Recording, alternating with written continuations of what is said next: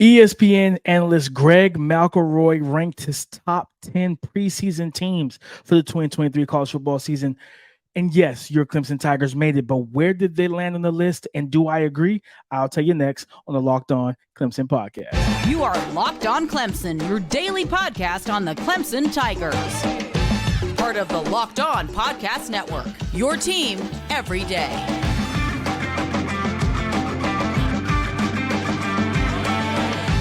What's up, Clemson family? Welcome back to the Locked On Clemson podcast, your daily podcast covering your Clemson Tigers, part of the Locked On Podcast Network, your team every day. I'm your boy, Damian Parson, always on the ones and twos. You can find and follow me on Twitter at DP_NFL. I'm a national scout over with the Draft Network, as well as part of the co-host team of the Locked On NFL Draft Podcast. Guys, thank y'all for making Locked On Clemson your first listen today and every day, Monday through Friday. Whenever I drop these episodes, I appreciate all the love and support. The comments on YouTube. I saw a couple reviews on Apple Podcasts and whatnot. So continue to keep that up, guys.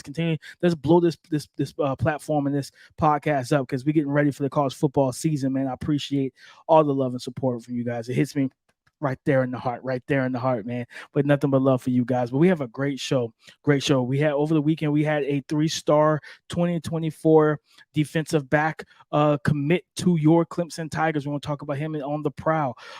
Before that, we're getting to Beaux Collins coming off an injury. It's 2023 set up for him to have a bounce back season. And then we're going to open the show up. Greg McElroy from ESPN, college football analyst, dropped his top 10 preseason rankings, and Clemson landed on that list. But where? We're going to get into that, and I'm going to give you my reaction starting right now. Greg McElroy put Clemson inside the top 10. I'm going to list off the top 10 to you guys right now, and I'm going to tell you this. The big thing from this as well, before I get into listing off, he also gave a prediction in terms of how many wins and losses for the season. I disagree with that part. I'll tell you that right now. But let's go ahead and get into his it was his preseason top 25 poll and everything, but he dropped the top 10, and it's on YouTube. So number 1, he had Georgia. No surprise. Number 2, Michigan. Number 3, Alabama. Okay. Number 4, Ohio State. Number 5, LSU. Not bad, I guess. Number 6, Florida State. Number 7, Texas. Number 8, Washington. Number 9, Utah. Whew.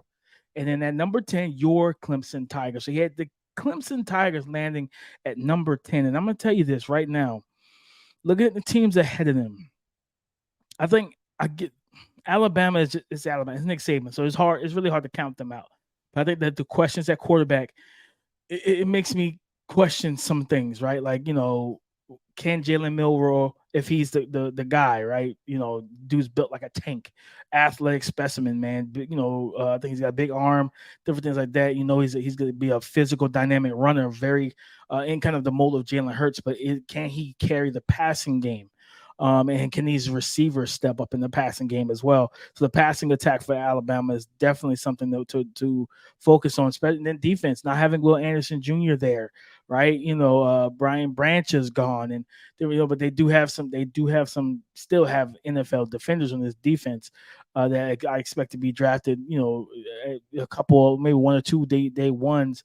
And then, of course, day 2 type of prospects. So that's just interesting to me. Ohio State being at 4. The quarterback situation, Kyle McCord, I forget the other young guy's name who's battling for the position. I think Kyle McCord is going to be the guy that takes that spot. But come on, man. Yeah, I think to be honest with you, there's a question for Alabama at quarterback. There's a question at Ohio State at quarterback. There's a question with Georgia at quarterback. Carson Beck being a first-time starter, can he really run the table, right? Stetson Bennett was 27 years old playing college football. Of course you know what I'm saying? Like, the talent around them was even just – for the past 2 years were just something we have not seen, just like stacked, loaded defense. And, they had a lot of good offensive weapons that, he was able to take advantage of at times, but it was just defense. It was a defensive all-star offensive line, especially from me studying them, that offensive line was star-studded, like just great players. And they got another one coming, in terms of offensive tackle and guard, and the center is going to come out this year for the draft. So, all that type of stuff, man. LSU, Jaden Daniels proved that he's a baller and he can handle the SEC. So shout out to him. But I think For me, the biggest one that listen, you can make a case that all those teams could be above Clemson. All right, cool, fine. Utah, what in the world? Utah? Like, I get it, man. No, I don't get it. I'm sorry, no, I don't. I don't get it. Clemson to me is better than Utah. I think if you put them two teams on a neutral field right now, Clemson walks out of there with the W. Right? I'm being dead honest about this. Clemson, to me, from top to bottom, would be able to. Cam Rising, I believe, Uncle Rico the second, being coming back to play another year. Man, I trust this defensive line with 4 to get pressure on him. But with him and his propensity to test the middle of the field to get the ball to his tight ends, Brant Keith being the top tight end now that Dalton Kincaid has gone to the NFL, I think Clemson would do an absolute stand-up job to be able to throttle that and contain it with Barrett Carter, with Andrew Mukuba coming into the box, with R.J. Mickens driving downhill, and of course Jeremiah Trotter Jr. himself as well. Like I just. Yeah, no, I'm kind of out on Utah being at number 9 above Clemson. They have the veteran quarterback, but everything else to me is in Clemson's favor. Running game, right? I think receivers should be as well in terms of just talent, and I think defensive side of the ball. Period. Linebackers, D line, safeties. I think Nate Wiggins is a standout corner and probably will be their CB1. So I'm just to have them at 9. Okay, and just kind of reading part of the blurb from him. Dabble's done an amazing job. He said, McElroy said, and when we look at an 11-3 season with the ACC championship and a New Year's 6 bowl invitation, and say what a failure, that's a good thing. Okay, let's take that with a grain of salt. I think Clemson will be back in the mix again this year in the ACC. I think with the pieces they return, I have them actually finishing second in the ACC right now. I understand because I know he's leaning towards Florida State. He's impressed with what Florida State did last year, and he said he is drinking the Kool-Aid on the Seminoles with the Heisman contender there in quarterback Jordan Travis. I don't even have a problem with that because I understand why. From an NFL draft standpoint and from a college football analyst myself, analyzing these two teams, I think that's going to be a flat out September, was it 23rd, 24th, whatever it is. I think it's going to be an absolute slugfest between these two. I think there's going to be a heavyweight boxing match, truthfully. And then he goes on to say he's looking at the receiver group to potentially make or break any title run. Look, when you think about Clemson, you can't play quarterback by yourself, man. Everyone blamed DJU about his shortcomings, but let's be real. I like their receivers. I think the receivers are solid, but I look at the tight ends emergence last year, a position that had not always been a huge feature in Clemson's offense, and they really came into their own. Now you bring back Jake Brenningstool, big time, return. That's me saying that, not him. But you bring back Antonio Williams, who I've talked about, who is without question your most dynamic weapon there in the slot. And those are really the two guys who are front and center right now for where they're going to be. Who are the other guys? Who are the other guys going to be, and will they be anywhere near what Clemson has had in the past when they have first round receiver after first round receiver after first round receiver through the 2010s? That's a big question I have going into the season. He also goes into the line should be pretty dang good, but they do have to replace their left tackle and Jordan McFadden, who is one of the better guys they've had in quite a while. The offense will take some of the pressure off of the offensive line. This is a tempo offense. This is a spread offense. They want to dictate by formation and force you to make a declaration defensively on every single snap, which is factual. Very excited about this marriage that could exist between Garrett Riley, Cade Klubnik, and the offensive identity as a whole. McElroy called Clemson defensive coordinator Wes Goodwin one of the best minds on that side of the ball. He likes the players back there. Of course, why wouldn't you? But then here's where he goes left, I go right. He says he predicts Clemson had to finish with either or within the range of a 10-2, 9-3 season. I mean, there are some tough games on the record on the schedule, but 10-2, 9-3. That means they lost to Florida State maybe twice. I think that's the only way they get to 2 losses. They gotta lose to Florida State twice. Like, like I said, I do think Duke is a tough matchup, and I'm going through for my scouting, for in terms of scouting this team, and they have some players, man. The wide receiver Higgins, they got a tight end, they got a star left tackle. They can run the ball. They have a great quarterback that nobody talks about a lot. Defensive line's got two guys, D tackle and the defensive end. Yeah, they got some NFL players, but will it be enough? Ultimately, I don't think it will be, but I think that, it's going to be a tough game. And then, like, there's some potential trap games. Sure, every team has them. But if they go out there and finish business and knock off Florida State, I just don't see 2-3 losses. That's just me, guys. But again, like I said, I think it's going to be. I think it's a bounce back season for Clemson, just not just in the ACC, but to potentially get back into the college football playoffs. But you want to talk about a bounce back season? Beaux Collins, wide receiver. A lot of people liked him, and 2022 wasn't the best season for him. Is he set up for a bounce back year? I'm going to tell you next on the Locked On Clemson podcast.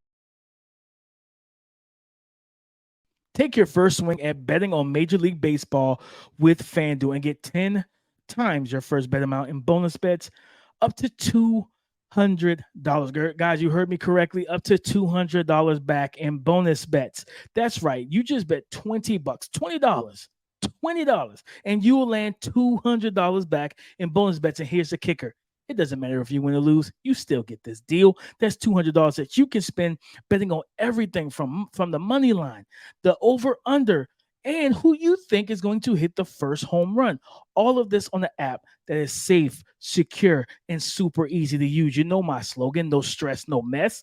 Plus, when you win, you get paid right away, immediately, instantly. It's your money, and you want it now. So there's no better place to bet on all the Major League action than FanDuel, America's #1 sports book. So sign up today. Visit FanDuel.com/lockedon to get up to $200 in bonus bets. That's FanDuel.com/lockedon, because FanDuel is the official partner of Major League Baseball. Clemson wide receiver Beaux Collins is looking for a bounce back season, coming off of injury in 2022. He's looking to bounce back in 2023. And I think this is a situation offensively where we know it's Antonio Williams, right? We know Jake Brenningstool and Will Shipley and Phil Maffa and Cade Klubner. We know this, right? But we need to see someone else take that step. Adam Randall, Cole Turner being the deep threat and arguably the fastest guy on the team, on the offense especially. Beaux Collins, right? 6'3", 205 pounds listed as. He has not eclipsed. He's hit the most receiving yards he's had in the season was 2021, 407 yards with 3 touchdowns. Last year he had 373 receiving yards and 5 touchdowns, right? And let's see, 1, 2, 3, 4, 5, 6, 7, 8, 9. He played about 10 games in 2022. So for him, he had 3 drops. He converted a few of his contested targets into receptions, but he just never, he didn't have a big stamp or imprint on any one game last year. And you want to see, he won't be a senior, I think, until 2025. So in terms of NFL draft, he can actually, use this year as a bounce back year to build. But is this a breakout year for him? You would hope so. You would hope that this is the year he has 700-800 yards receiving and being that big body kind of X or Z receiver along with Adam Randall. And I think also he's a guy that, and let me look at the numbers here just to make sure I'm correct, because I think he's played a lot in a slot, if I remember correctly.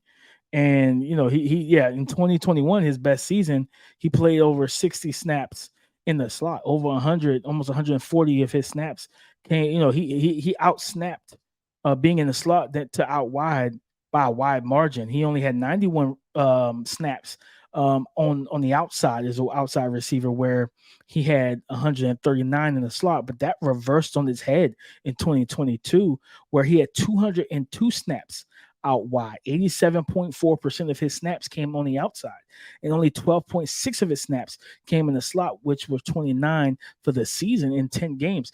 Guys, that's a big shift, a big change. And it's like we know that the phrase, if it's not broke, why fix it? Or if it's not broke, don't fix it. And if you are going to fix it, tell me why.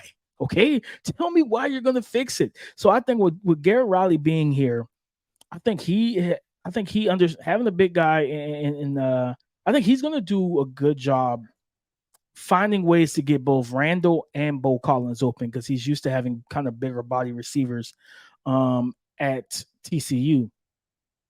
And just kind of looking at the situation, I think that this is an opportunity where you go spread, right? This is spread offense. Like I talked about in the first segment, Greg McElroy and his ESPN top 10 rankings, and him talking about this offense being a tempo offense, being a spread offense, using formations to really stress and make the defense dictate the defense's coverage and make them show their hand, earlier than they like. I think we could see a situation where Beaux Collins is back in the slot, and when you go to dubs, right, and that's 2x2 set. In terms of receivers, you go two to the left, two to the right, that type of situation. I think we can see Adam Randall in the slot on one side of the formation, as well as Beaux Collins as a big slot, a power slot of sorts. Because playing on the outside, and I'm not surprised that he may have struggled a little bit playing outside, because it's either you're going to be explosive and fast with a great release package, all that type of stuff to win outside. If a guy's even, you can leave, or if he's even, you can come back to the back shoulder, right? And you just have the body control, the ball skills, stuff like that. He dropped up, especially early in the season. I think he dropped 1 or 2 touchdowns that were dimes from DJU, just with tightly contested catches, him playing on the outside.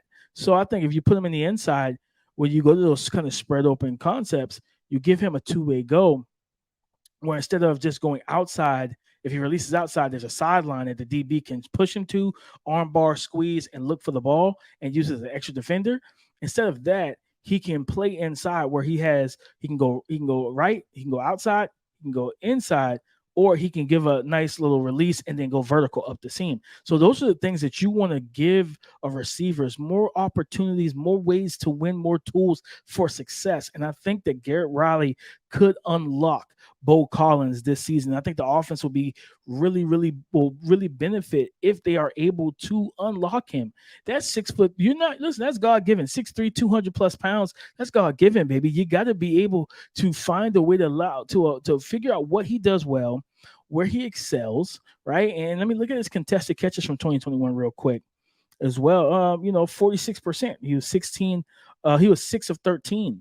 And last year he was 3 of 7, 42.9. So again, just, his average depth of target last year was 16.5. And this goes back to what I talked about on that episode, which I'll have it linked up top somewhere in the video, about DJU and just what did the tape tell me between him and his offense, and who was at fault the most. And, part of the problem was this: 16.5.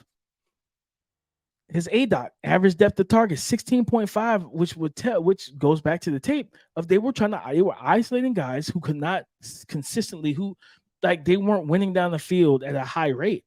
And then you're just throwing contested catches or, YOLO balls. You only live once type of passes. That was kind of, and like I said, I saw that on tape, and I've talked to coaches who said that was the game plan, and they just prepare for it. Like, okay, we don't fear your outside receivers. But I think you put Beaux Collins back into the slot heavier this year, you get the best out of this young man. And I think that's where you should really, really feel comfortable and feel happy as an offense, where you can move Adam Randall around, and allow him to let him be the coverage dictator, where teams are going to come in saying, look, we got to stop him. But that's why I want Cole Turner. Like this offense, the offensive supporting cast is so potential based. We've seen the flashes already from a consistent basis in year one with these receivers, right? And especially with Antonio Williams, but we saw the flashes late in the season from Cole Turner being a deep threat, the ball skills, the body control, being a jump ball king, that type of thing, and everything. So I think if Alex Riley really sees what I've seen on tape and say, listen, I need to get Cole Turner involved. let's put Beaux Collins in the slot. So let my outside receivers we go 2x2, right? Dubs. I got Adam Randall out flanking out wide, and I got Cole Turner flanking on the other side with Antonio Williams, and then I have Beaux Collins in the slot. And if you need a tight end on the field, of course, Jake Brennerstool. I think that's another. I'm gonna make him a check the tape type of situation. I'm gonna talk about him on check the tape sometime this week. But I'm really excited for this wide receiver core has potential. It has a lot of potential. And that's the biggest thing for me. It's like if you can get this potential to be, I think the hardest thing is to turn potential into production. But like, so you could tell the player, man, and the player sees the potential. But now it's like, okay, we see the potential. Now let's get from potential to production. That's the next step. And I think that it's capable and there's opportunity there. They just got to find it. They got to squeeze that lemon, baby, squeeze it, and get all the juice out of it and figure a way to make this thing work. And I think when you have an offensive coordinator like Garrett Riley, I think that's big. Is 2023 a bounce back season for Beaux Collins? It can be. It should be. But will it? We will see. We will see. But guys, coming up next, we're going to tap into On the Prowl. We got recruitment news, a new commit for the 2024 defense for your Clemson Tigers. We're going to talk about that on the Prowl next on the Locked On Clemson Podcast.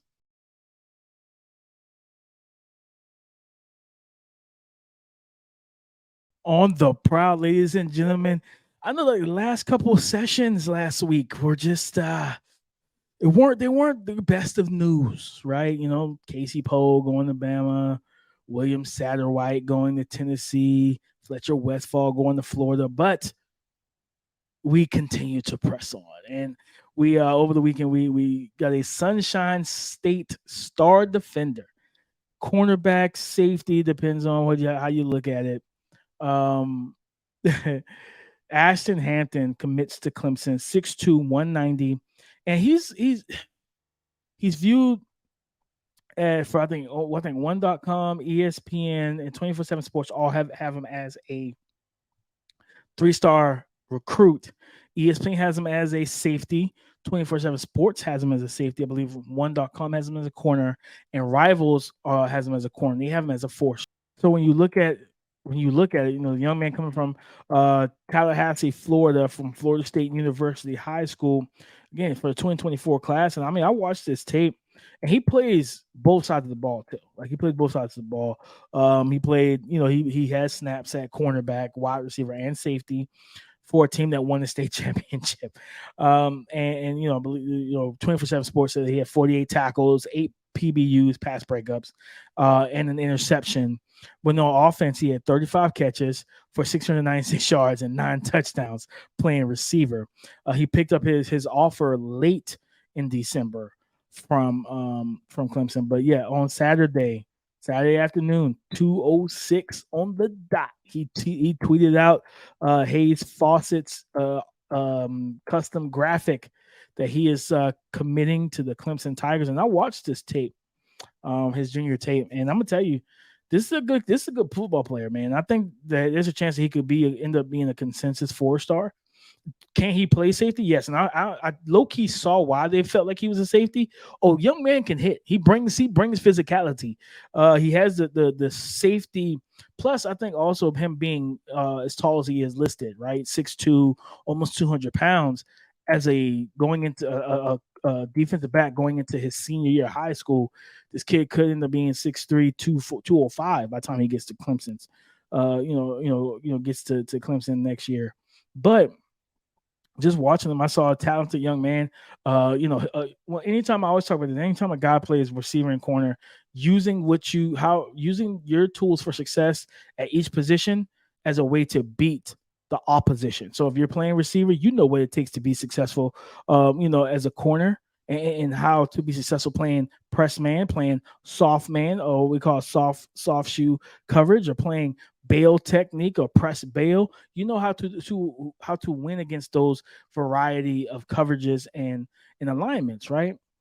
Well, same thing when you're playing corner. When a guy is using a split release and He's using the shoulder dip and he's not using his hands. You know that if he's not a hand fighter, get your hands on. Like, you know what it takes to be successful at both positions. But a young man that showed good athleticism, definitely straight line speed. He's physical on both sides of the ball. There's plays where he makes very tough contested catches at the catch point, but shows the contact balance, the body control, and the physicality and toughness to not only make that catch, but make it in traffic, come down on his feet, and then throw guys off of him and keep going upfield for yards after the catch and yards after contact. But again, there's I think the first play on his tape, on his junior tape, was I think they tried to throw a smoke screen. He's playing corner. He breaks on it and just levels the receiver, the ball carrier, man, just like a heavy hit. So you see that ability, but he also see the ability to play in and out of phase, knows how to turn and look for the ball, good arm length and wingspan to create tough throwing windows, right? You see him play outside corner, like I said, some safety. I think this is a young man, especially if he adds another inch or so, gets up to 205, 210, and he stays well filled out in terms of his frame and does switch over to safety. This is a situation where you've seen RJ Mickens and Andrew Makuba, friend of the show. Go check out that episode if you haven't. Seeing guys like that be able to walk down into the box, be +1 as a run defender, but also playing man-to-man coverage against slot receivers and these big tight ends who are essentially big wide receivers themselves. So I'm excited. I was happy to see this, man, because we needed some good news. We needed some good news in Tigerland. We needed some good news in Death Valley. We came out of recruiting, man. Of course, we want to still keep our eyes on the offensive line and see if we can pull another name or two, and even not even just pull another name too that we have already talked about, but maybe flipping some guys, right, and stuff like that. So it's not all is not lost. We'll see how it goes, but we're going to continue to add more depth to this offensive line. And I will tell you guys, as I get ready to close, that I am working on getting a couple more Clemson Tiger players on the pod, man. Working some of the connections I have on campus and with some of these players, man, and just trying to get these guys before they get into camp, before the season really gets here. I want to let someone come on and kind of tell you guys about who they are and what they bring to the team, and not only that, but the changes this team has seen, with the coordinators changing and things of that nature. So maybe offensive lineman or two. We will see. We're working on some things. Maybe RJ Mickens. We'll see. We're working on some things. But guys, appreciate y'all tapping into me. As always, go subscribe and follow for free on YouTube or wherever you listen to podcasts. Get the latest episode as soon as it is available, guys. Thank y'all for making Locked On Clemson your first listen today and every day, Monday through Friday, man. I love y'all. Appreciate y'all. You guys are the best. You're my Clemson Tiger family and my every single dayers, man. And as always, you know what I tell you guys. Please go to the audio side, download, subscribe, share, leave a 5-star review and comment, and let and really just continue to help support this podcast. And I will continue to have the link for the Patreon with the Clemson, Clemson All Access, that you guys can go ahead and tap in, support your boy. Like I said, I'm getting the Discord channel set up now for you guys so that we can really tap in and really have a great time just talking ball together, man, during the season, off-season recruiting, all that good stuff, NFL draft, everything of it, man. I'll be able to bring all that stuff to you guys. So as always, tap in with your boy. In terms of Twitter, you can find and follow me on Twitter at DP_NFL. Talk to me because I talk back. And like I tell you every single time, come and join the conversation again tomorrow on the Locked On Podcast Network. Your team every day. Go Tigers.